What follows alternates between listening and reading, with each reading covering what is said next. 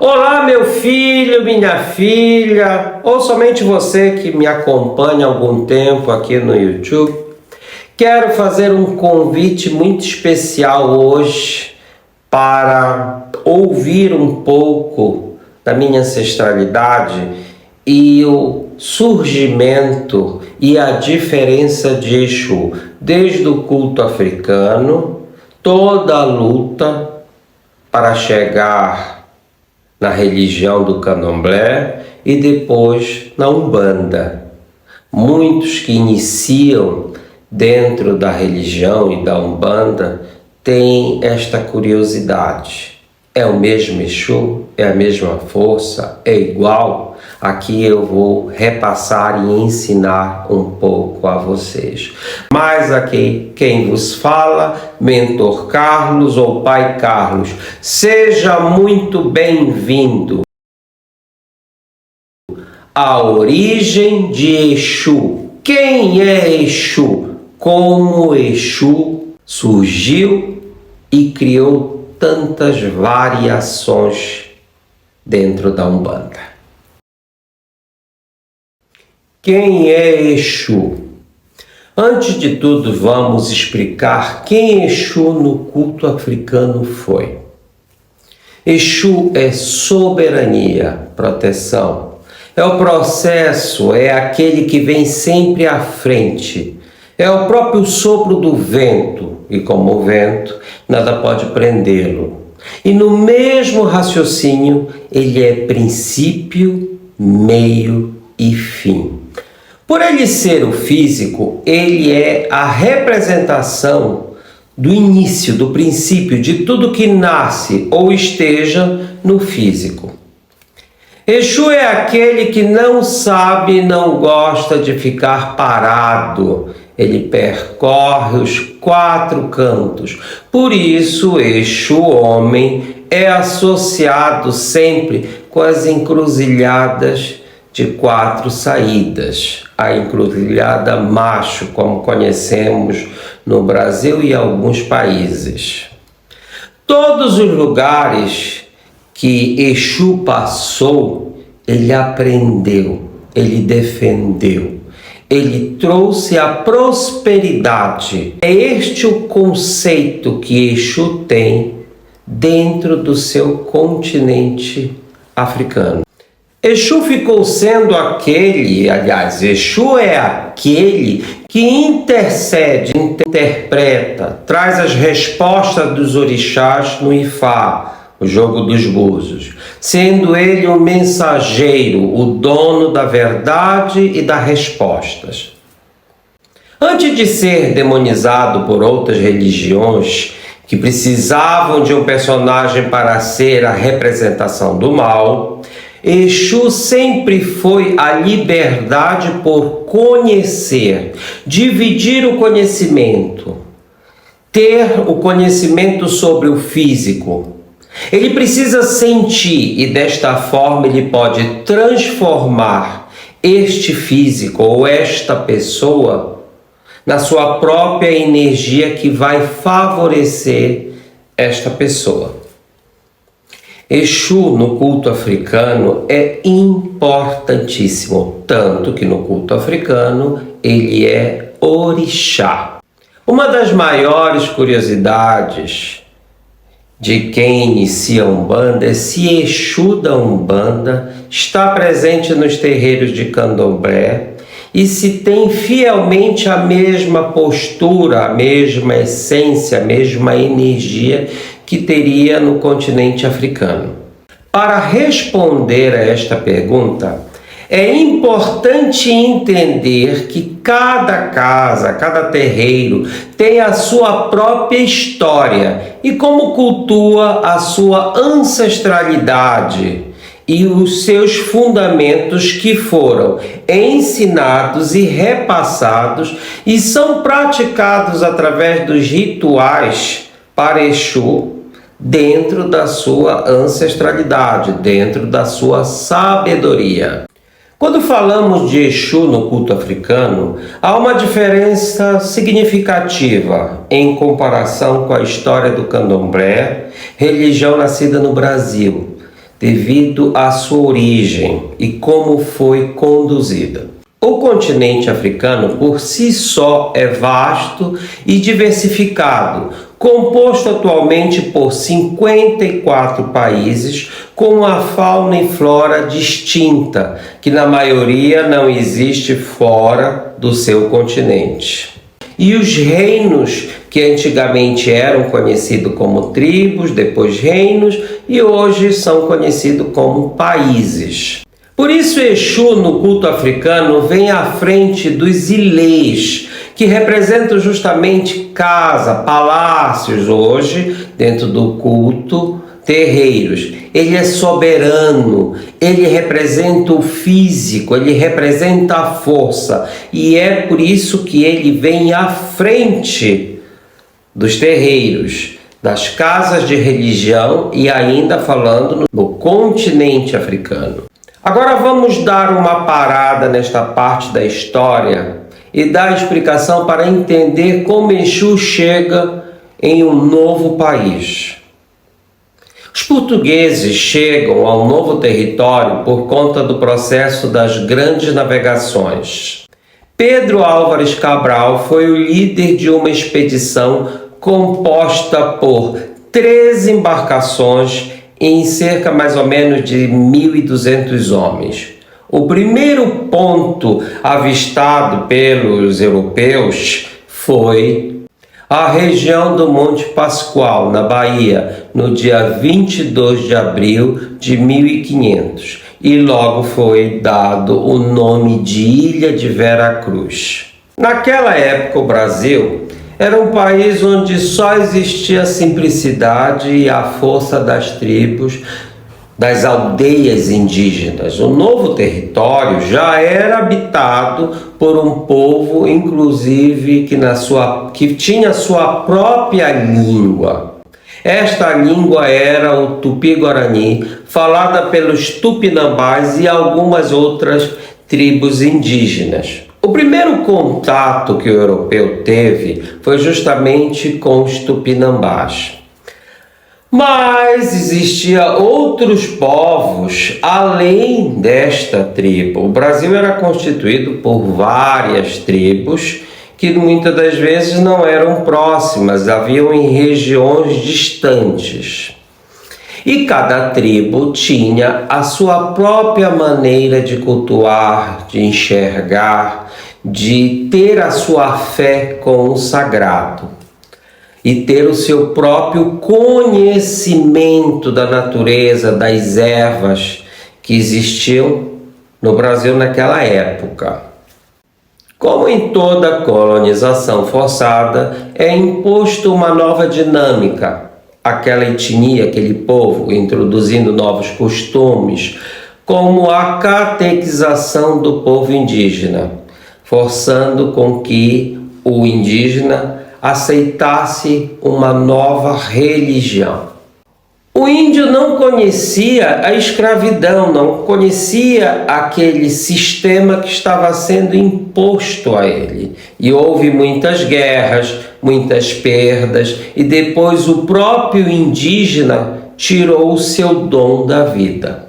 Não foi uma civilização que aceitou a escravidão, porque a escravidão não fazia parte da sua história, não fazia parte do seu contexto. Era um povo que conhecia a liberdade e a simplicidade e a semelhança entre os seus. Neste raciocínio, podemos até comparar o pensamento dos indígenas com Exu, um espírito livre, um espírito que vivia e ajudou na construção do seu próprio continente. Então conhecia a liberdade em todos os sentidos. Mas, como toda colonização, não podia parar. E foi neste momento que o homem branco vai ao continente africano negociar negros, homens e mulheres, para trazer como força de trabalho para o novo país, o novo território. E foi neste momento que Exu teve a sua maior decepção. Não com o povo europeu, mas com o seu próprio povo, irmão vendendo irmão de sangue e de cor. Conta alguns ensinamentos, alguns terreiros antigos e mais arcaicos na sua ancestralidade, que Exu ficou tão decepcionado com o que estava acontecendo que Exu acabou adormecendo. Exu acabou se fechando dentro daqueles que ele tinha o maior carinho, o maior respeito. E tal qual esta decepção, Exu preferiu fechar os olhos e cair num estado de dormência. Na África, Exu simboliza soberania, o poder, um conhecimento que ele tinha total controle.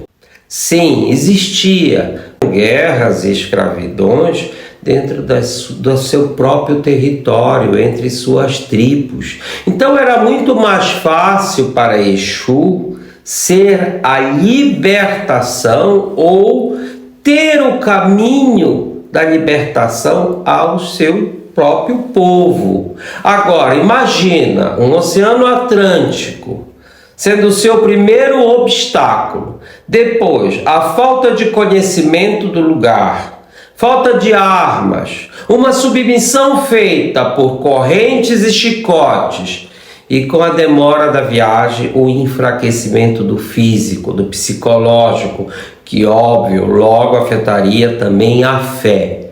E sem contar que no caminho muitos ficaram para trás por conta da dor, da fome e dos maltratos. Aqueles que chegaram ao Brasil, tudo era novo, era limitado. Próprio Exu, mesmo adormecido, sabia de alguma forma que ali estava preso em um país onde não conhecia nada e seus irmãos ou filhos. O conhecimento de Exu não era mais o mesmo. Os desafios do homem negro veio no dia a dia, passando por todo tipo de abuso e sofrimento e a dor do físico e da alma, com experiência de, ainda por cima, passar pelo sentimento da fome e da tristeza de ver os seus ir embora ou estarem tão longe da sua mãe África. E neste turbilhão de acontecimentos, foi tirado o primeiro ponto que fortalecia a mulher e o homem, cultuar as divindades. E com esta necessidade, nasce então, por conta da religião dos homens brancos, o sincretismo religioso. Uma associação dos orixás com as imagens de santos católicos, permitindo que pudessem praticar sua fé disfarçadamente. E o negro podia cultuar seus orixás do mesmo dia dos santos. Por isso, até hoje, dentro das religiões de matriz africana, os orixás são cultuados em alguns dias de santos, com algumas diferenças de terreiro para terreiro. E com esta chance dada a eles, os espíritos dos orixás foram se fortalecendo, foram criando de novo o hábito de estar próximo dos negros, porque até então a energia estava também na mãe África. Eles vieram, mas precisava ser despertado. Só que então faltava um orixá, Exu. Só que Exu foi o primeiro que foi inserido nas novas terras, através do sentimento, do sofrimento, de cada sangue que escorria através das feridas que eram provocadas no seu povo. E os orixás reunindo força com aqueles espíritos ancestrais dos indígenas, dos pajés, dos feiticeiros, puderam então acordar Exu, levantar Exu, assentar Exu na nova terra. Quando Exu despertou, Exu gritou. Quando Exu gritou, todo aquele país estremeceu, porque ali era um sinal de uma nova energia associada com o sagrado que lá já estava. E era o princípio da liberdade. Pouco a pouco a força foi retomada em muitos negros. Este mesmo espírito invadiu alguns indígenas que também se permitiram a serem escravizados. E esse mesmo espírito também, os brancos também foram assumindo esta força e participando desta luta para salvar aqueles que estavam escravizados. Este movimento começou a ser conhecido como abolicionismo ou os abolicionistas. No primeiro momento surgiu também os quilombos. Eram comunidades formadas por africanos fugitivos, negros fugitivos, e seus descendentes que fugiam da escravidão e se refugiavam nesses pequenos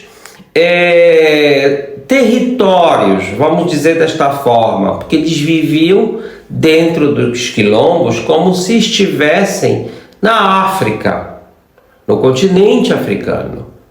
Essas comunidades também aceitavam indígenas que tinham perdido tudo por conta da colonização e também aceitavam os brancos abolicionistas que precisavam fugir por conta da força da época e dos poderosos. Bom, eu não preciso explicar. Sendo um local onde viveu esta liberdade com uma certa proteção, onde resistiam bravamente de serem escravizados. O primeiro quilombo que temos conhecimento é da segunda metade do século XVI na Bahia, mas o maior quilombo da história brasileira foi o quilombo dos Palmares, no estado de Alagoas. Nesses locais, os quilombolas produziam de tudo que eles necessitavam era retirado da terra. Então vamos lembrar da soberania de Exu no seu continente, que era princípio, meio e fim. Então tudo também que nascia da terra tinha a participação de Exu. Bom, logo todas essas forças se fundiram, tanto do espiritual quanto do físico, para poder lutar e buscar uma solução para a libertação do seu povo. E foi através da energia dos seus ancestrais, tanto da Mãe África como a ancestralidade que vinha dos indígenas, foram ferramentas favoráveis neste caminho da resistência e da liberdade. E tanto foi a força e o empenho desta espiritualidade que agiu os soberanos daquela época, que no dia 13 de maio de 1888 é a data que foi sancionada a abolição da escravatura no Brasil. Com a liberdade dos negros, já formando novos grupos, porque As raças, as etnias acabaram se diversificando, se misturando, formou-se novos grupos. E Exu, com toda a sua sabedoria e a aceitação também de ter entendido que na Nova Terra já existia divindades, entidades, ajudou nessa diversidade, abrindo caminhos para formar novos povos, novas cidades, ao recomeço do homem já não somente negro, e também a mistura das raças. Aí surgiu algumas comunidades, como os ribeirinhos e outras misturas étnicas. Exu então emergiu como uma força de recuperação da fé, da fragilidade e a representação da união e entendimento de novas energias e conhecimento, porque Exu sempre foi uma entidade que buscava conhecimento. Vamos lembrar que ele era o sopro do vento, ele caminhava pelos 4 cantos em busca de conhecimento. Então, os espíritos antigos, a ancestralidade do novo país, ajudou Exu a conhecer este território, aquele país novo. Repassou o conhecimento e força da energia da Mãe África, que hoje traduzimos na palavra axé, no lado direito da energia, e Laroye no lado esquerdo, que representa os Exus. E logo, com o passar do tempo, foi surgindo os ilejos, terreiros de candomblé, e com mais um pouco de tempo surgiu a Umbanda, os terreiros de Umbanda. O terreiro de candomblé, ele procura sempre ser fiel à essência do culto africano. Porém, entretanto, não devemos esquecer que existe dentro do Brasil a mistura. Então, alguns terreiros de candomblé aceitam algumas práticas que estão mais inseridas dentro da Umbanda. Bom, desta forma, estes novos falangeiros foram aprendendo e adquirindo a força de Exu, e houve a evolução dentro da Umbanda. Então, Exus dentro da Umbanda começaram a assumir características e energias muito próprias, e essas energias muitas das vezes estão associadas aos locais, aos territórios brasileiros.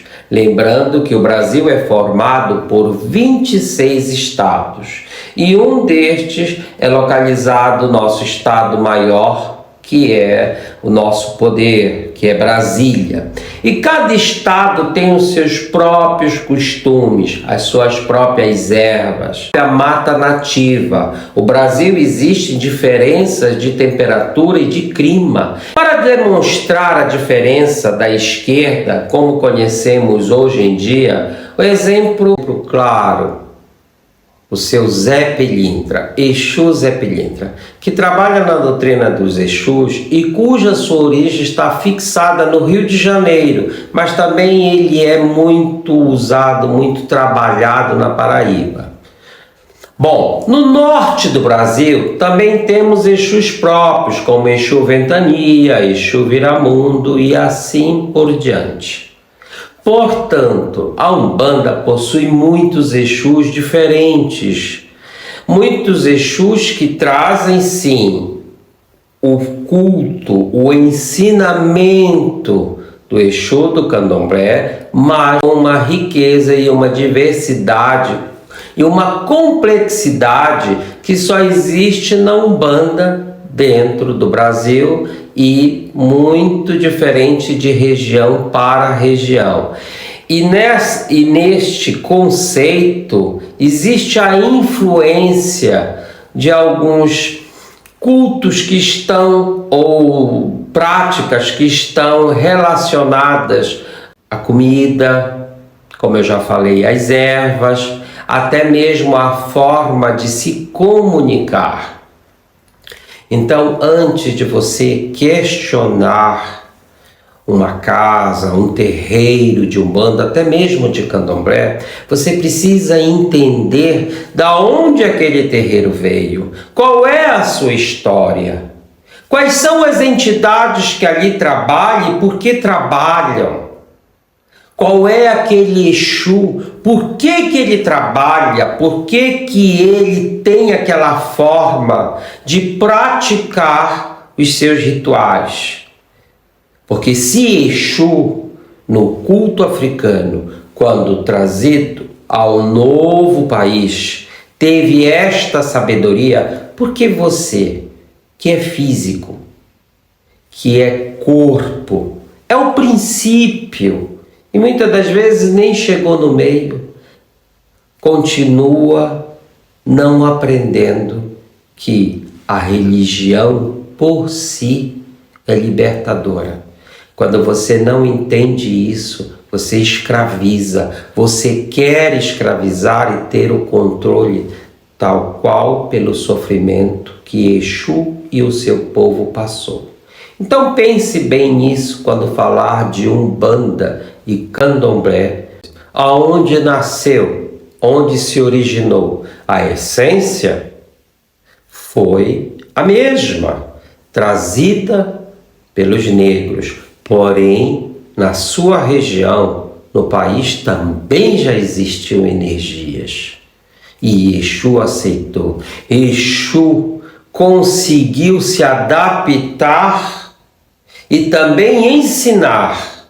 Aí vem a necessidade de você passar um período dentro do terreiro para conhecer a sua ancestralidade, tal qual como Exu fez quando chegou ao novo país. Adormecido ele estava, mas houve o chamado dos orixás e das divindades que ali estavam por uma necessidade maior, mas Exu passou um período aprendendo a manipular essas energias, a conhecer, para poder dar paz, proteção, força e, antes de tudo, reforçar a fé e o sagrado para poder existir hoje em dia, como existe no meu terreiro, como existem muitos terreiros, tanto de Umbanda como de Candomblé,